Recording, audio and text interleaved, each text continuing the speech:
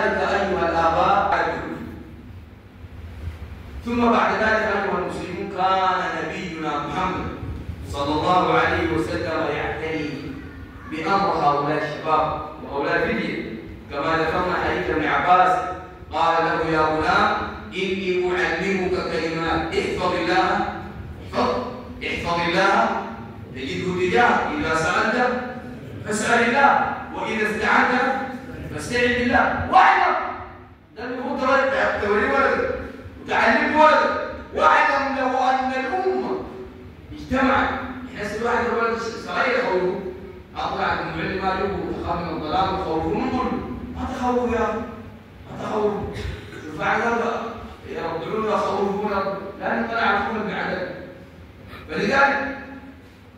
النبي عليه الصلاة والسلام قال يا غلام إني أعلمك كلمات صغيرة ما كثير احفظ الله احفظ الله تجده تجاهك إذا سألت فاسأل الله لو علمت ولدك العقيدة دي تعلمها مش تعلم للمرد ولا للمعلم لأن الذي علمها رسول الله عليه الصلاة والسلام هو لا يعلم ولدك زي ده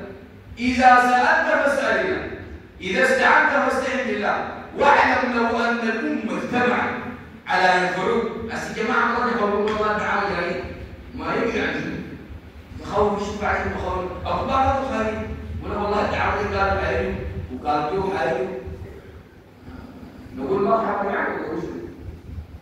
يعني ما قال تتمنوا لما العدو لكن إذا لم تكن يا غلام لو أن الأمة كلها دعاوا ويدعوا كلهم اجتمعوا على أن ينفعوك بشيء لا ينفعوك إلا بشيء قد كتبه الله لك ولو أن الأمة اجتمعت على يضروك بشيء لو خطيت العقيدة أيها الشعب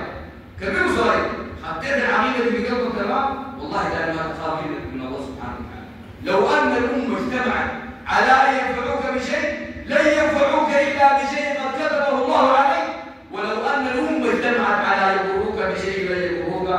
إلا بشيء قد كتبه الله عليك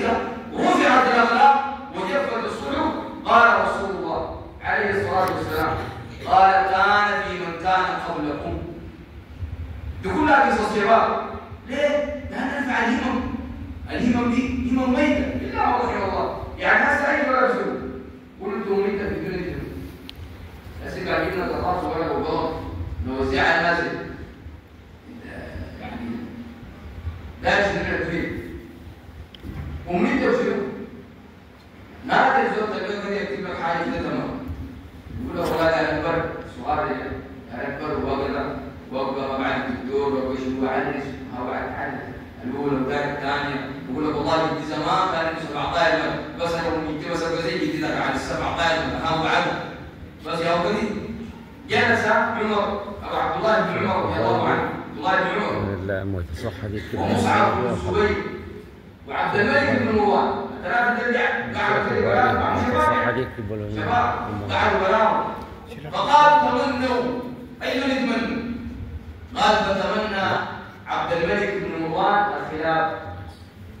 ولا شافع ولا فيها يعني شوف بعد ذلك الإسلام ما يقول بعد كده جلستين وسجل صفحة وضعها ونشوف فيها وقال زين ده هي المفروض ما عندي شيء ثاني قال تمنوا قال عبد الملك بن مروان أمنية الخلاف وقال مصعب بن الزبير أمنية أن